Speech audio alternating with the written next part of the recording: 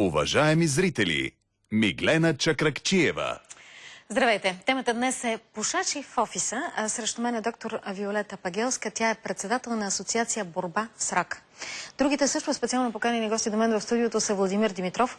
Той е инженер и представител на софтуерна фирма S+S. Доктор Роза Митрева е личен лекар номер 1 за 2007 година. Чавдар Найденов е представител на Агенция за социологически проучвания, АФИС. Калин Костадинов е управител на Хелис Бар Андина. Тук още е Димитър Владиков, той е юрист. Благодаря ви, че сте тук. Кой от вас пуши? Май няма такива. Не лъжете, нали? Искрено лично не пушите, и аз не пуша. Но около мен пушат. Доктор Пагелска, какво ще посъветвате пушачите в офисите, които никак не обичат да се съобразяват с мнението на останалите? Знаете ли, аз до сега всички хора, които познавам, които живеят здравословно, някак си са много толерантни. Не си налагат мнението и ограниченията на хората около тях, докато ако някой има вреден навик, той така се държи, все едно, че ти гарантира безкрайен живот. Да, освен това той се държи така, че като че ли обществото му е длъжно да се съобразява с неговия навик. Този навик вреди не само на него, той вреди на всички околни. И защо мисля, че никой не обича да умира сам, като че ли? Да, никой не обича, дано никой не умира сам, но около 16 години или 12, от 12 до 16 години от живота на човек, който пуши повече от 20 цигари, намалява. Освен това, този човек лежи повече в болница, лекува се. Неговата старост е с много болести. Не е една старост спокойна, тиха, есенна. Тоест, докато човек е здрав, някак си е приятел да не мисли за това. Съвсем спокойно, видимо пуши спокойно по много и не загива вечер, задължително. Да. Но спокойно, живота продължава, както е казал един оптимист, и всичко лошо предстои. Да, и казва, че до сега е здрав, нищо му няма. Малко кашля, но това си е нормално. Живее в голям град, затова кашля. Освен това, всякакви болести има. Но аз мисля, че много непушачи в България много се зарадваха, когато се говореше как ще се забрани тютюнопушенето на обществени места, как ще има изолатори за непушачи в заведенията, с които те могат да се чувстват спокойно и да не вдишват активно дим цигарен. Аз неотдавна бях в Словения и се чувствах много добре, защото там в заведенията няма изолатори, просто не се пуши. И всички заклети пушачи, наши родни български, които бяха в компанията, излизаха навън и пушаха. И аз много се радвам, хем си пушат, хем име студено, хем име зле и хем са прави, а пък аз съм на масата и съм на топло, приятна обстановка, така хората ме гледат с добро око. Чист въздух. Да, и някак си не върви дима заедно с вечерята. Да. Партията на пушачите е много мощна, много е силна. Добре представена в парламента. Да, и е добре представена в парламента. И в тази връзка искам да ви кажа, че 2004 година Министерския съвет прие постановление за забрана на тютюнопушенето, особено в обществените заведения, в затворените помещения. Това постановление се инкорпорира в 2005 година, когато се прие Закона за здравето.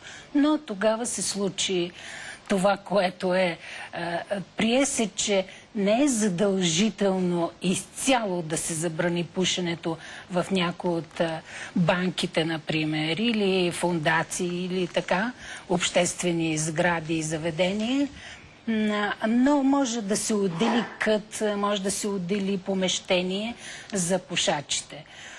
Което е малко странно. Да. Защото то пак беше и така преди.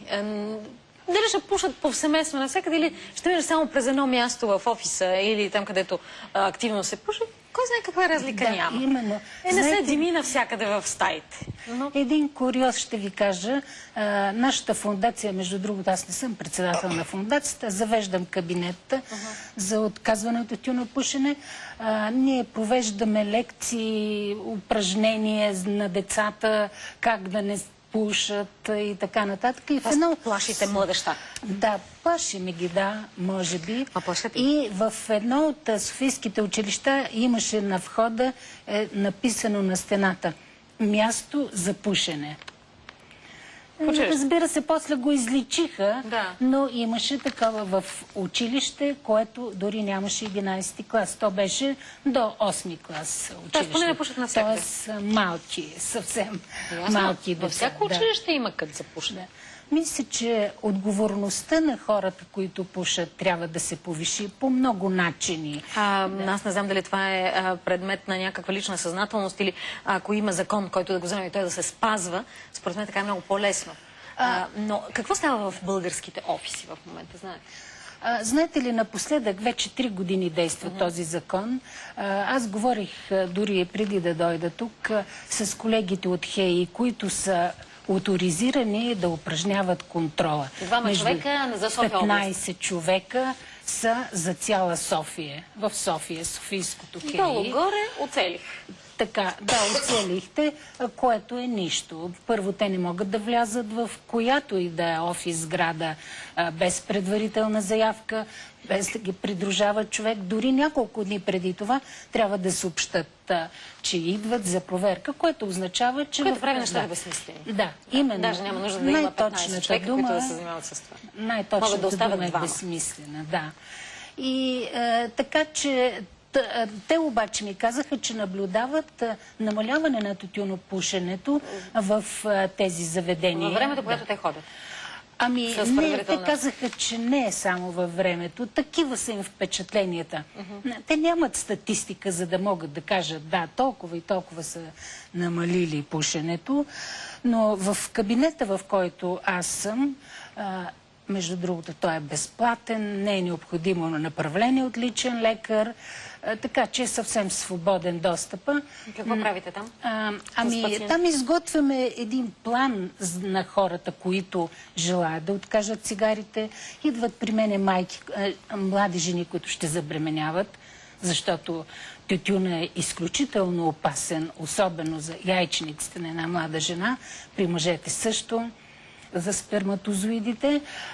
Идват при мене обаче адвокати, юристи, други, които често заминават за чужбина. И договора, който подписват трудовие да работят, пише пушач ли сте или не пушач. То се отразява на заплащането. И за това те идват, за да откажат спешно цигарите. Дискриминация. Да, именно така се таксуват при нас. Да, по-удобно. Колко вредно за яйчниците и за сперматозоидите, защото всички дават за пример малцинствата и казват, те не ведат цигарата от устата, на какво ни плащат днес? Да, сигурно винаги могат да се извадят някои аргументи. Винаги има. Да, винаги. Голям екип от лекари американци са изследвали затрудняване на забременяването при жени и от многото причини, които са разглеждали съвсем съвестно, попадат и на тази за тютюнопушачите. Нормално е всяка клетка в човешкия организъм да умре. Тя си има един период да живее. Яйцеклетката е тази, която също има своя живот. Апоптоза се нарича това функционално умиране на клетката при тютюнопушачките. Тази апоптоза, това умиране настъпва много по-рано и освен това яйцеклетката е нежизнеспособна. Да. Недостатъчно добре може да бъде оплодена или ако бъде оплодена, детето е с дефекти, сърдечни и така нататък. Така, я сега да видим какво е в нашите офиси. Някой знае ли? Казахме тук... господин Владиков, вие сте юрист. Забранено ли е тютюнопушенето в България на обществени места или може и така, как да се тълкува? Не е забранено. Трябва да се направи едно ограничение. Има такова постановление на Министерски съвет, което ограничава тютюнопушенето на определени места, обществени места, съюз, но не го забранява. Не го забранява. Наистина, в Европейския съюз тенденцията е да има една такава тотална забрана за пушене на обществени места. Защото другото не е сериозно. Миналата година какво се случи? По настояване на Европейския съюз в България беше предложен един такъв проект закон пред българския парламент да се тотално забрани пушенето на обществени места, детайлно изброени. Този закон беше отхвърлен още на първо четене. От кого? От Пушачите сред депутатите. дали са само пушачите или голяма част от българските депутати, това остава всеки човек да си го говори. И от лобитата. Но има и нещо друго. Да. Един такъв закон, колкото и да бъде добър като цяло и колкото да бъде европейски приет и инспириран, той до някъде ограничава и свободата на хората, които до сега години наред са пушили. Как ограничава? Излизате навън, пушите свободно. Имате свобода. Както е към момента. Или навън, или на определените за това места. Но ако забранят тотално, ако няма такива места в обществените заведения, то тогава това може да се приеме като ограничаване на личността. Но защо в Америка това, където толкова свободна държава, това не се приема? Америка. Излизат си дружно, пушат си навън. Даже нашите ми разказват българи, излизаме с чашата с вино.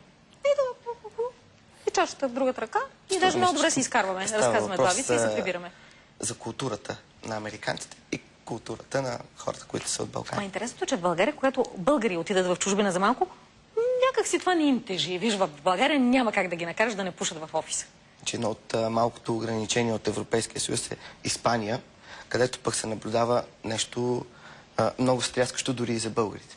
Там не само, че няма ограничения в обществените заведения да се пуши, но и дори напротив, когато една голяма компания пушат, те си хвърлят самите цигари на където им падне. Долу, да, което се приема от управителите на заведението, че наистина мястото много им харесва и те се чувстват като у дома си. Това сигурно е начин на антиглобалистите да заявят себе си. Но кажете, ако в България, в даден офис български, човек е такъв един нещастен нетютюнопушач, иска да вирее, а всички наоколо пушат, той има ли възможност да има претенции спрямо останалите си колеги? Разбира се. И той законово може да се позове на тази наредба на Министерския съвет, която беше прията 2004, влезе в сила от началото на януари 2005 година, където се задължават офисите, които пак се приемат като обществени места, да имат строго определени места за пушене.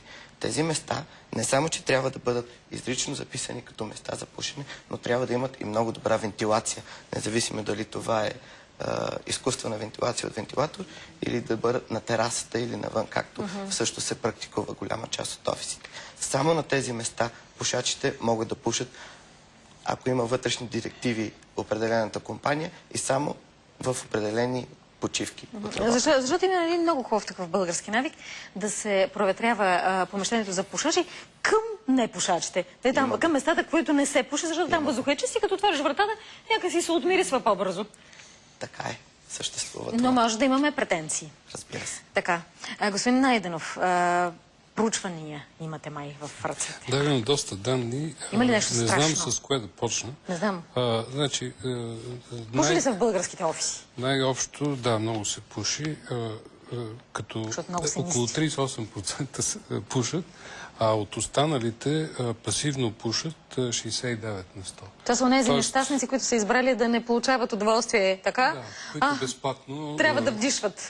Безплатно си ускоряват смъртта и от тях 20% казват, че постоянно пушат пасивно. Сега, мразят, защото зададохме въпрос, смятате ли, че е справедливо пушачите да плащат по-висока здравна осигуровка? Между непушачите 89% казват да. Докато при пушачите само 11% са съгласни. Има и такива, които все пак са съгласни.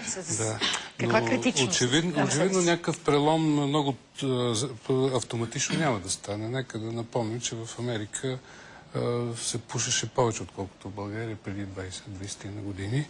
Но по-голяма държава, там по-трудно. 89-та година, след много дълги съдебни процеси, забраниха рекламата Тук все още има косвена реклама на тютюновите компании. Между другото, те са международни мултинационали и те изнесоха своите таргет пазари в третия свят и в бившите соцстрани, откъдето наваксаха изгубените печалби. Да се върна на данните. Значи ефектът от подобна забрана е много силна. В Америка с 20% е спаднало тютюнопушенето само от 1989 до 2005 година. Доста бързо. Да. Но още преди това прелома е започнал доста по-рано. Но поначало е много трудно да се направи такъв, да се очаква просто с агитации, с отделни забрани. Отначало процеса на намаляването тръгва, се движи много бавно. А след това взривно се ускорява и се стига вече и до дискриминация на пушачите. А ние в кой момент сме? Ние сме в много ранен стадий. Значи, откакто бяха прияти тези мерки в началото на миналата година за разделение в които са много смешни. Заведенията, реакцията на публиката, че не само не намалява пушенето, но броя на пушачите в България нараства от 37 на 38%. Дела. Аз си мисля, че изобщо е лошо. Но по-лошото е, че е престижно. Значи при младите, понеже стана дума за бременните, 10% са пушили по време на бременност. Жените, които са раждали. В 21 век. И при младите 38% казват така. При тези, които са карали бременност преди 15 на години, само 20%. Тези, които са карали бременност преди 30-40 години, вече 9% и все повече намалява този процент. Значи, има и едни заблуди. Има някои доктори, които казват на бременните, ама не дайте рязко да спирате, защото това ще ви стане лошо. Ще ви стане лошо. Поне знаете от какво ви става лошо. Това са сравнително млади хора, това е просто смешно. Обаче един път един доктор да го е казал, това като горски пожар се разпространява. Не, това е добра новина. Която се разпространява между тях. Толкова хубаво. Не е вредно, веднага да ги рязко е вредно. Освен това, имат заблудата, имат заблудата, като виждат, че все пак ето, има право здраво дете, обаче майка му е пушила. Това са, нали, в крайна сметка, истината е, че само се покачва вероятността, нали, или там с няколко процента, да речем от 5 на 10%, се покачва вероятността за по-висока заболеваемост на това дете. А не непременно задължително 100% веднага да... И задължително и на всяка цена. Да. И хората не виждат пряко връзката между причина и следствие. И понеже често ги лъжат и за други неща и знаят, че вие си говорете, ние ще си живеем как си знаем. Лошото е, че няма преднамерена, тотална, всеобхватна просвета, която да върви успоредно с забраната. А защо? Защо няма? Аз мисля, че самата ни държава е така устроена от край време. Тя не умее да прави такива кампании. Винаги у нас кампанията се възприема като някакво получаване, като назидание и като забрана, която обикновено е куха. Да. Или пък едно такова решение. Отделете няколко маси, на които няма да се пуши, а пък на другите ще се пуши. Това е смешно. Като цяло играе на някакъв театър всички дружно. Популизъм на нашата власт, който се личи във всичко. Има забрана, да речем, да се паркира на тротуар. Това е писано в закона. Всички спазват. Но държавата не смее да го правоналага, защото това са избиратели. Това става в София, затова София е непроходима. Пък и къде колите? На чия глава? Те скоро... Кой е виновен на шофьорите, че си купуват още и още коли? София има повече коли на глава от населението, отколкото в Манхатън. Къде за паркингите? Не знам къде са. Някой да така нещо сега, което можеш да оставиш колата? Има много аналогични примери, като правата на, така се каже, добросъвестни граждани изобщо не се защитават спрямо недобросъвестни. В смисъл, не дай Боже да бъдеш добросъвестен гражданин, това е лошо. Доктор Митрева, казахте, че не пушите, похвалихме ви.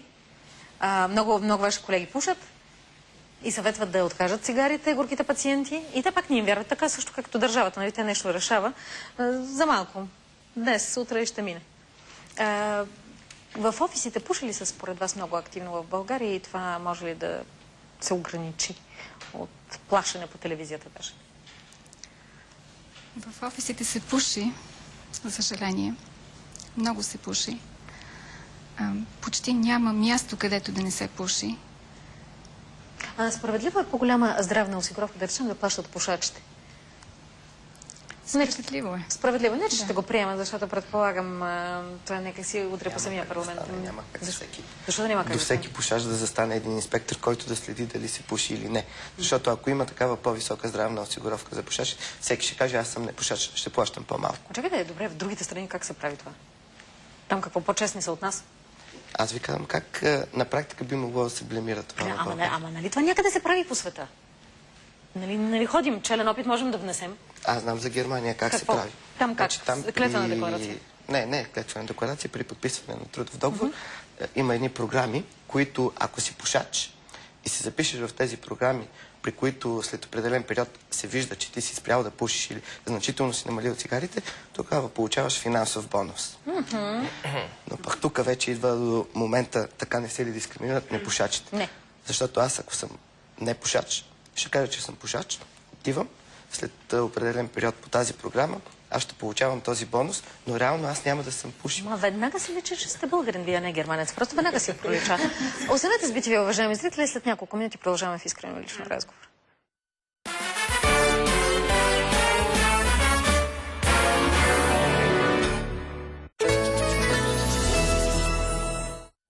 Ден след ден тя казва същите познати неща. Имаш ли нещо против да използвам твоя шампуан? Днес, утре, всеки ден. Шампуанът Johnson's Baby с формула без сълзи е толкова мек и толкова нежен. Вие можете да имате мека и блестяща коса всеки ден. И ти си същият. Give a bit of to me, and I give a bit of to you. Give a bit of to me. You're a mystery. I give a bit of to you. It's so confusing. Насладата е Kinder Bueno. Борбата с целулита започва от дома. Avon представя тройна антицелулитна лазер терапия, разработена така, че да разбие дори вече оформени масни депа.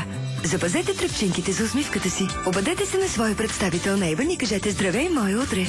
Игрите с присъста на част от Sleep and Play. Нанкаш си сладко през нощта в Sleep and Play. Сухи бебешки дупенца през цялата нощ. На изненадваща цена. За игри е ред на сутринта с Sleep and Play.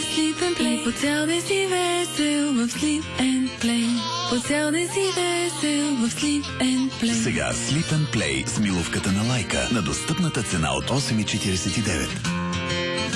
Не става само с ядене!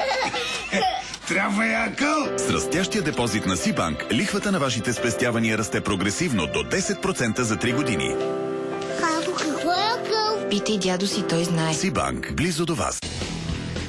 Това е не само удивителен измиващ гел срещу черни точки, но и невероятна маска. Това е Visibly Clear 2 в 1. Измиващ гел и маска от Neutrogena. Използвай ежедневно за отстраняване на грима, замърсяването и омасняването. Или като маска за почистване на порите в дълбочина. За по-чиста кожа. Visibly Clear 2 в 1. Измиващ гел и маска от Neutrogena.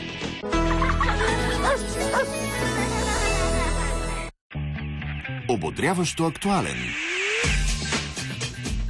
Пълен с видеоинформация. Новият портал на BTV. Всички любими предавания, новини, спорт. BTV онлайн. Влизаш любопитен, оставаш информиран.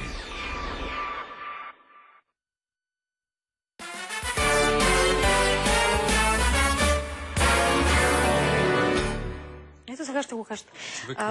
Продължаваме в искрено лично, уважаеми зрители. Преди да напомня темата на днешния ни разговор, от сърце благодаря на издателство Феникс Дизайн за предоставените подаръци за моите гости. Те получават книгата "Подсъзнанието може всичко". Подсъзнанието дори може да те откаже и от цигарите. Тук, разбира се, увлякохме в това как можеш да хванеш един пушач в България, защото ние обичаме да се ловим, обичаме да лъжем, но обичаме и да се ловим дружно един друг. Така че имаме такива мании. Хем да излъжеш някого, за да се почувстваш по-хитър от него, и хем пък другите да те сбарат така на момента и да кажат: аха, ти ли беше този, дето излъга? Така че има начин. Има. Кажете как е в Щатите? Значи в Щатите здравно-застрахователните компании отказват да изплатят операции и други скъпи манипулации, ако се окаже, че човек, който, когато се застрахова, е излъгал за това, че не пуши. Да. Нали? И има много, просто постоянно такива. Даже след като направи операция, започват да ровят дали не е скрил нещо при застраховането. И това е ми любимия предлог. И винаги го хващат. Господин Димитров, при вас пуши ли се във фирмата? В фирмата, в офисите не се пуши. Пуши се там, където е разрешено, т.е. в коридора, не навсякъде. Още 90-та година, когато беше създадена нашата фирма, аз помолих колегите пушачи и те като много възпитани хора приеха. Просто това беше една конвенция между нас. Тогава екипа беше доста по-малък и по-лесно можеше да се постигне такава конвенция, но те приеха, че няма да се пуши в стаите, в които работим. Това го приеха пушачите? Приеха го. Приеха го, да, те го приеха и го спазват до ден днешен. Това са вече 18 години. И благодарение на примера на по-възрастните колеги, които са одобрили тази конвенция, т.е. те са се съгласили да поддържат тази дисциплина, младите не си позволяват. Много ви моля, споделете черен опит. Как ги убедихте? За колко време? С какви пари? Не става въпрос за пари изобщо. Става въпрос за възпитание на хората. Става въпрос за уважение към колегите, с които работиш ежедневно. Става въпрос и до някъде за съзнанието, че това, което правиш с организма си, не е чак толкова полезно за него. Някой отказа ли се в последствие на това ограничение? Ще ви отговоря искрено. Имаше един момент, в който един от колегите имаше здравословен проблем и всички пушачи спряха за известно време да пушат просто като с нож отрязано.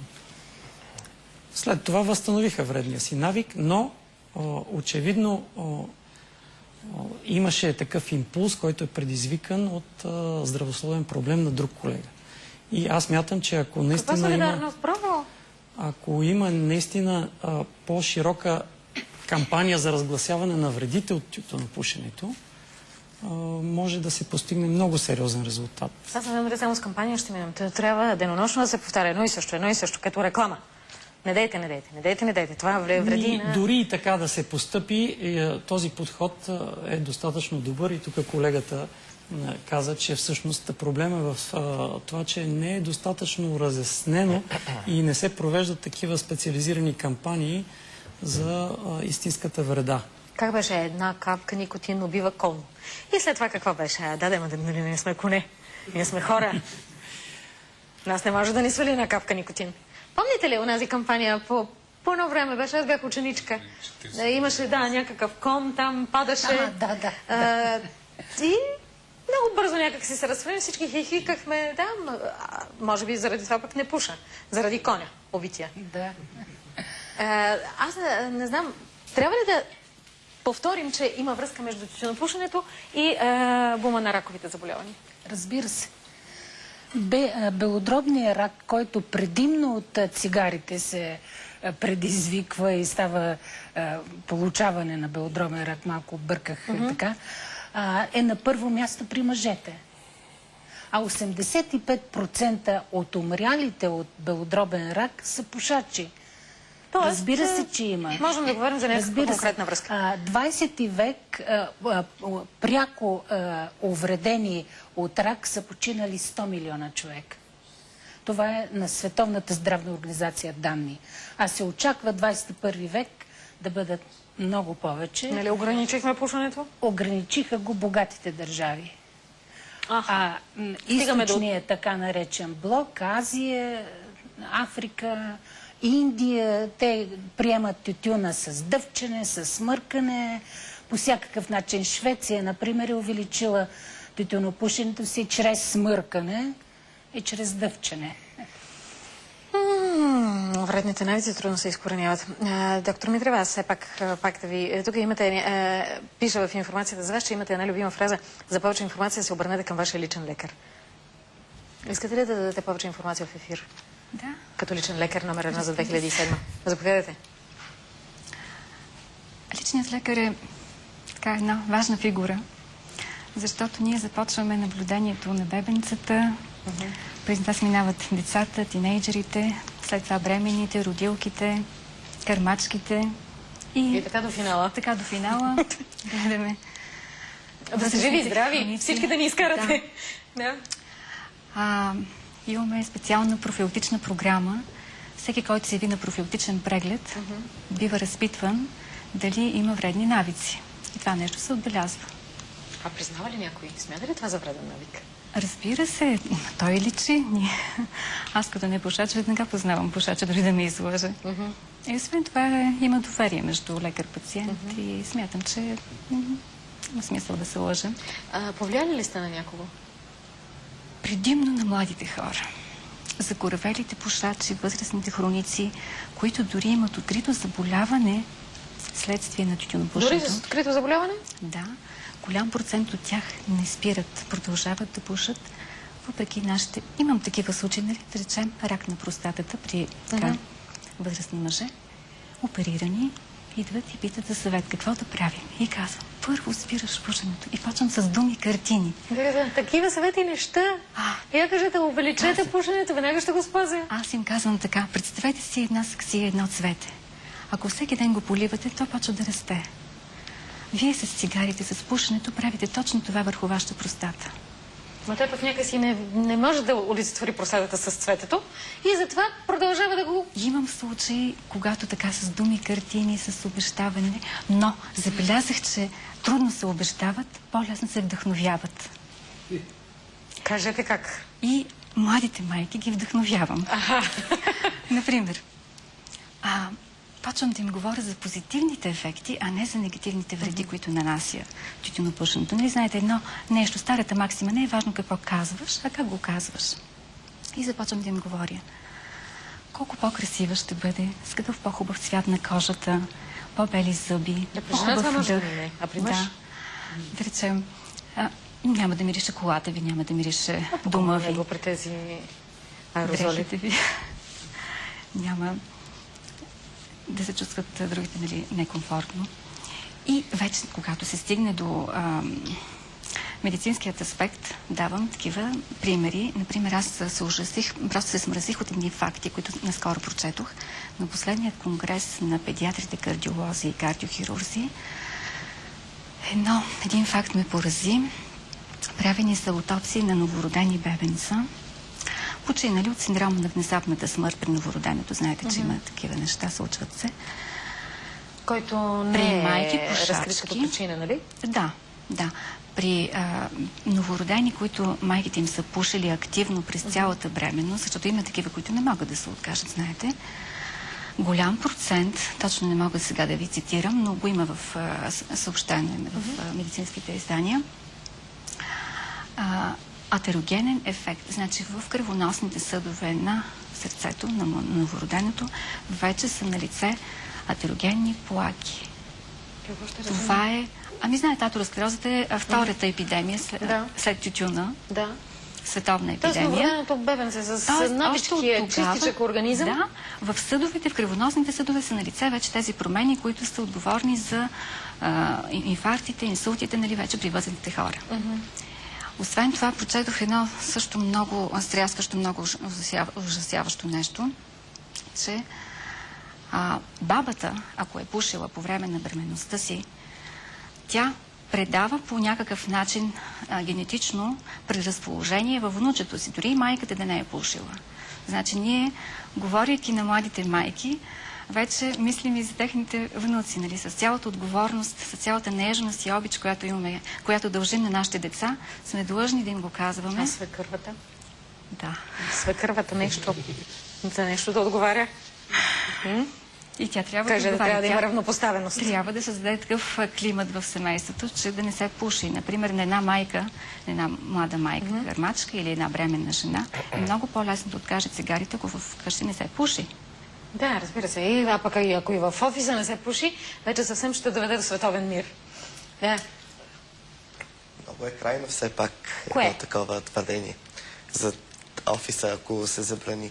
Значи, нека да не третираме пушачите. Разбира се, тук от присъстващите няма пушачи, но нека да не третираме пушачите като някакви априори престъпници, които така или иначе пречат на останалите. А не са ли? Те са болни, те са болни, те са зависими. Болни хора зависими, разбира се. В международната класификация на болестите има... законовите норми и наредбите, те не ни вършат нищо лошо на нас.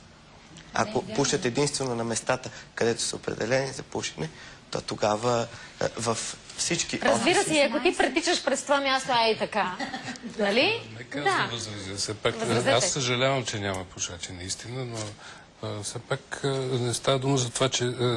Значи, този техен проблем е малко като проблема на криминогенността. Значи, има хора, които имат такъв проблем. Този проблем преди всичко за околните. Не искам да бъда расист, нали, да упреквам, но не може да издичат права от собствените си нарушения, както един юрист пък би си изразил. С юристите по-добре да не се спори. Господин Костадинов, при вас как е в заведението? Ще ви кажа точно как стоят нещата в заведението. От пряк поглед имаме два салона. Двата са абсолютно идентични, абсолютно еднакъв брой места. Единият салон е за пушачи, другия за непушачи. Кой наричаме салон обаче? Салон, отделно, обособено помещение, с врата между тях и абсолютно отделени. Пушачите са с вентилация, непушачите са по изискванията на наредби, защото те по-малко вентилация им трябва на тях, по-малко. Значи, влизат хора. Бар и динър сме, нормално е да отидат да разпускат. Значи, салона за непушачи ми изкарва някъде около по-малко от 10% от оборота на цялото заведение. Пушачите, не пушачи, пушачи, абсолютно всички влизат в салона за пушачи. От 5 човека компания, един да пуши, всички са в салона за пушачи. Ето аз като казвам, че са по... Да, значи в момента не може, не съм съгласен. Аз не съм пушач. Не съм съгласен да дискриминираме, нали, пушачите и те са хора, особено пушачи, които са... По-добре да дискриминираш непушачите, толкова по-удобно. Ами, дава им се избор. Да седят сами на масата и горките и да плачат? Или да отидат с компанията? Те могат, 5 човека могат да преборят един пушач, нали? Ама не се получава. Да, по-скоро пушача ще пребори 5 човека. Ами те са зависими. Вероятно за това. И какво ще да кажа? Да. Значи пушачите... При непушачите 10% от... Целият оборот. Значи намираме се в Драгалевци. Идват чужденци. Чужденците влизат задължително в салона за непушачи. Обаче всеки чужденец пие или натурален сок, или някакво капи. Аз с 2 каси натурален сок или капита не мога да издържам персонал и цялото заведение. Разбира се, че ще склоня към пушачите. Към нездравословно живеещи, ще се ядат здрава храна, месо, както трябва. Точно така. Другото, което съм склонен, за мен не може да се прилагат закони, т.е. да се приемат закони, които не могат да се прилагат. Заведение, да се забранят заведенията, ще си направим заведението клуб с карти, който ще се клуб на пурите или не знам какво, абсолютно всички ще пушат, кафето ще струва 10 лева при мен, да кажем, и пак ще се прескочи. Всички закони имат... Ма няма нищо лошо, аз няма да дойда във вашето кафе. Разбира се. С 10 лева и с дим. Разбира се, но хората, които... За мен е по-нормално да се забрани в офисите, но хората, които излизат и им се дава право на избор и решават един час вечерта, колко цигари ще изпушат за една вечер? Най-много 3, 4, 5 да кажем. Така че заведенията... Ама 10 човека по 3, 4, 5 и... Така е, но нали сега и така миришеш вкъщи? Не, значи приемат се помещения, които са издържани от ХЕИ. Има нови изисквания, височина на тавана, кубатура, която се спазва за човек. Това всичките тези заведения, които им е спазено, говоря и за моето, няма проблем. Вие много сте убедителни, защото говорите от личен опит. И аз ще ви кажа от личен опит. Аз смуквам с носа си цигарен 1000 пъти по-добре, отколкото който и да било климатик. Разбира се. Винаги, където и да седна, винаги всичко отива в моя нос. Но аз съм ви дал помещение, което да седнете, не е пушачи, където абсолютно няма цигарен дим. Да, съвсем сама. Вече, сега си зависи от вас. Вие ако си ги научите, От компанията, правилно. Ако си го научите, може да отидете и на сокче в съседство. Разбира се. Защото аз не виждам, не познавам пушач, който би пушил без кафе. Значи, склонен съм, което аз бих го приел на алкохола, лична карта 18 години. Да кажем от малки стъпки. Децата да ги научиме да не пушат, защото в момента в заведението най-големите пушачи са деца. И аз сега, примерно, гледам, когато са много малки, не ги им позволявам да влизат. Но когато си влезе с родителите и си пушат заедно, кой съм аз без законово основание да не му давам право да пуши? Не сега, сега пушат с родителите. Пушат си с родителите. Ако излезе закон до 18 години, да, пушачи или не пушачи, т.е. на децата да им се забранява, ще откаже отново на персонал на сервитьорите лична карта и тогава имат право да влизат в салон. Той е закон, съм склонен да го спазвам. Колко обичам, когато има съзнателни хора. И това, което вие разказахте за вашата фирма, за тази конвенция, нали? Всички не пушим, защото така е добре. И при вас много се радвам. Нали? Има. Прекрасно. Заповядайте. Само да вметна, че... Гласа на закона. Няма такъв закон за малолетните да не могат да пушат, но Столична община има приета наредба лица под 18 години да не могат да закупуват цигари от лавките и от магазините. Никой не им продава. Това в България се спазва на смърт. Нали? При мен не се продава. При вас съм сигурна. При вас съм сигурна. Те си влизат. Обаче във всяко училище разполага с едно кафене наблизо, на което му викат или синьото, или бялото, или жълтото. И всеки там притичва. Там няма никакъв проблем. Могат да ти продадат каквото пожелаеш. И на тези кафенета има с големи табели. На лица под 18 не продаваме цигари. Да, но там са неграмотни хората и обикновено това не го четат. Да. Сигурно и очите са уморени. Аз мога да ви посоча на такова заведение до комбината полиграфически. Близко до местното училище, което постоянно е пълно с 15 годишни. Ако някой иска да провери и да сложи край, абсолютно около всяко училище има поне на 100 метра такова място. И тук пак се връщаме към въпроса за тези инспектори, които са назначени към ХЕИ. Ето нещо много лесно, как те могат в всяко едно произволно избрано училище, отиват на голямото междучасие и проверяват точно тези жълтото, бялото, зеленото кафе. Няма нужда да се ходи много, просто трябва да тръгнат след учениците, те отиват групово нататък. Абсолютно. Само трябва да се следва посоката и дима. Глобата е от 50 до 100 лева, при рецидив вече. От 50 до 100, според мен няма нужда да се разхождаш. Те ги изкарват много по-бързо. Господин Найденов, има ли някаква закономерност в това, кой къде се намира в социума, в обществото? Като позиция. Значи някакви промени има ли? На Запад се смята за знак за това, че си лузър, губещ. Имам предвид развитите западни страни, ако пушиш. И прекаляват в това отношение. Ако се пушиш, значи... При нас, за съжаление, значи първо столичани, второ по-образованите хора, трето по-младите, четвърто с по-високи доходи, повече пушат. И това е явление от последния... Има някаква връзка с стреса от прехода, според мен, предполагам. Но в последните няколко години все пак тези влияния действат върху най-образовани, най-горната страта и най-добре платените. При тях вече те се заразяват от смяната на ценностите в това отношение и се смята за непрестижно, както и в много отношения има. По-престижно става органичните храни, без естествени торове и цял ред други грижи и спирането на пушенето в това отношение. Сега, тютюнопушенето нещо общо да има с инфаркта? Абсолютно общо има. Дайте да разкажем, защото толкова много бизнесмени, ако не се грижат за здравето си, ги изполита по някой друг инфаркт. С какво да ги изпашем така по-християнски? Рискът от коронарна, от исхемична болест на сърцето нараства в пъти при пушачите и не случайно имаме едни карти за оценка на този риск. На едната, на абсцисата е нивото на холестерола на даден пациент, на урината е систолното му налягане или артериалното налягане и има две графи пушачи, не пушачи мъже, жени. Доказано е, факт е, че тютюнопушенето е сериозен рисков фактор и винаги риска е много по-голям при пушачите от инфаркт. Самият тютюнев дим води до много бързо промяна в съсираемостта на кръвта и образуване на тромби.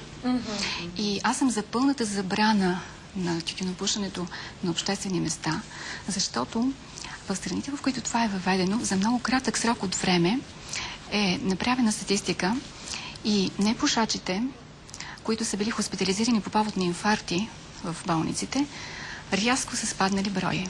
Рязко е спаднал брой. За много кратко време. На тези хора, които... На тези хора, които не пушат, не пушачите. Които не пушат. Така че много е резонно. И как да ни им вземеш повече за здравна осигуровка? Как да ни им вземеш? Те са готови. Вероятно има други механизми. Те са абонирани просто, рано или късно. Вие не сте пушач, няма проблем. Не измислите сега как ще се измъкнат. Аз, както вече казах, не съм пушач, но около мен, нали, има пушачи. Ми влияйте им. А защо да не им се вземе по-голяма здравна осигуровка? И без това държавата се чуди от кого? Защото няма как това да се облече в законовата форма. И как няма? Всички пушачи от еди колко си, там над еди колко си години плащат по-голяма здравна осигуровка. С колегите ги следят. Нали? Освен ако не встъпят в престъпен сговор помежду си. Но това също може да се оправи и една глоба за работодатели ще видите как ще се прави. Останете с битиви, уважаеми зрители. Надявам се да имаме повече идеи за пушачите в офиса и след маничко. Не забравяйте и адреса на предаването. София 1111, пощенска кутия 33 за искрено и лично. Задължително вписвайте телефон за обратна връзка. Това улеснява контакта ни с вас.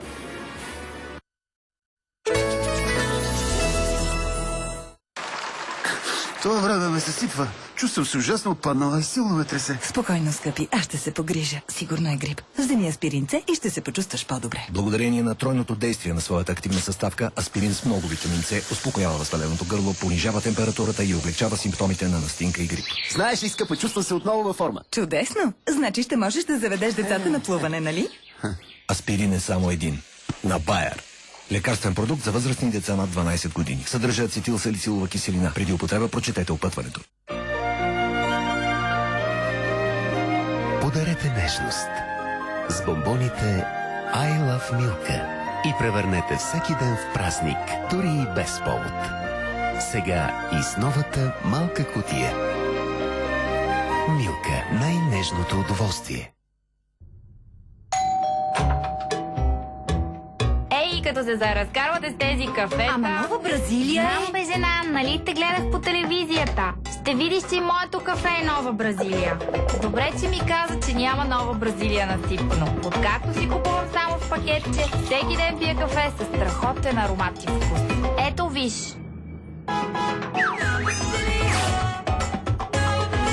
Това е. Нова Бразилия. Истината е в пакета. О, ето я твоята тайна. Не, това е моята тайна. Феминорм. Нов природен продукт на Борола. Премахва смущенията при менопауза.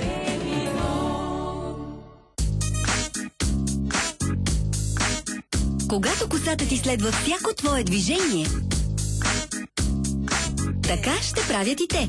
Wash and Go е с уникална формула за гъвкав обем, която действа на всеки кичур и прави косата жизнена и пълна с обем. Косата ти ще следва всяко твое движение.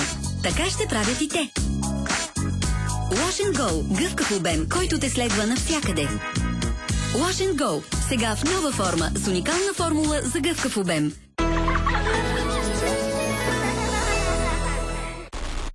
Елиминациите в Music Idol започват.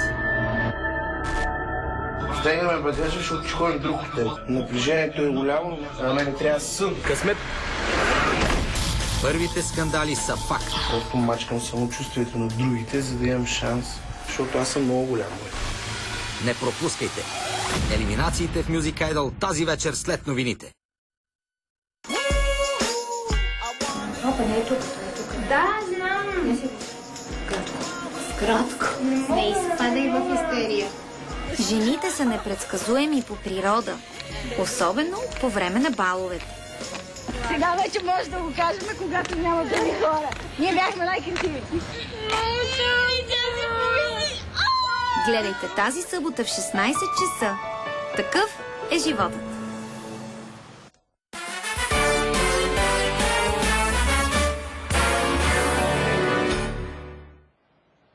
Продължаваме в искрено лично, уважаеми зрители. Днес говорим за пушачите в офиса. Аз помолих тук и в рекламната пауза за няколко варианта на отказване от тютюнопушене, поне когато човек е на работа и има съвестни работодатели, които се грижат за него и казват: стига сте пушили вече, защото така няма да се разберем, вредите и на останалите.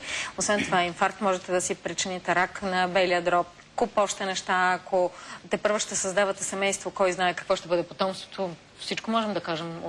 Така, имаме основания, нали? Как може да се откаже един човек? Не са много медикаментите, но само 2% от хората, които решават да откажат цигарите, могат без помощ от близките, от лекар или медикаменти. Един от медикаментите, който се прилага особено много в България и самостоятелно, без консултации с лекар, това са лепенки, които са никотиносъдържащи. Аз лично малко го прилагам, защото все пак е никотин. Едните от лепенките съдържат 21 мг никотин. Това е голямо количество. Убиваме коня. Да, много голямо количество за 24 часа. Аз го използвам като въвеждаща процедура. Да може човек да престане да посяга към цигарите, когато пие казах ми, кафето. имало едни такива изкуствени, които дърпаш и... Да, именно те са също никотиносъдържащи. Да, те са капсулки, малки контейнерчета, сложени така в една като цигара, дърпаш и се оплакваха. Да, именно. Пациенти се оплакваха, казват, толкова трудно се издърпва и излиза дим дори. Че има мускулна треска вечерта тук на лицевите мускули. Именно. Как да не ги съжалиш? С никотинела, въвеждаща процедура за 10 или дни или за 2 седмици, след което преминаваме на българския препарат Табекс, който е един много добър препарат. Той не е никотиносъдържащ, той е никотиноподобен. И в Полша, и в Русия, и в Германия се използва много. Нашия завод изнася там. И там му е на него пазара. Много е добър. За 30 дни е процедурата. Тоест, ако някой решим, все пак има начин. Доктор Пагелска, когато минеш от цигари, да речем на пури, с усещането, че вече пушиш по-малко и от пури на лула, или това може ли да се смята за стъпка към отказване или напротив? Трудно е да се каже, че е стъпка към отказването. При пурите и при лулите, тогава по-малко дим се гълта. По-малко са прикосновения белодробната тъкан и бронхите. Но пък само за 7 секунди в устната кухина. За 7 секунди достига никотина до съдовете на мозъка, които изпадат в колапс. И между другото ще вметна, че около 250 деца са изследвани в Щатите и те са били в среда на пушачи. Тези деца по-трудно се справят с уроците си. Мозъчната тъкан с по-малко кислородно съдържание. Мозъчната клетка е с много изисквания към кислорода и към въглехидратите. Така че един човек продължава да си е пушач, само че намалява притока на дим в... Аз много ви благодаря. Ние ще трябва да приключваме наистина, но аз мога да обещая да продължим темата и да ви помоля за следващия път така съберете още по-страшни случаи. Ще ги разкажем цветно. Да на хората имат добро въображение да си представят всички ужаси. Това клетката как изпада в колапс, нали, само е така хоп и какво става с мозъка ти. Това вреди на работата и нали сме в условията на пазарна икономика, трябва да се съобразяваме. А на вас, уважаеми зрители, от сърце желая по-малко тютюнопушещи хора около вас и динамичен, прекрасен и стремителен ден именно днес и в България. Благодаря ви много. Защо все още у нас богат е мръсна дума? За достойнството на богатството. Утре в 10 в Искрено и лично.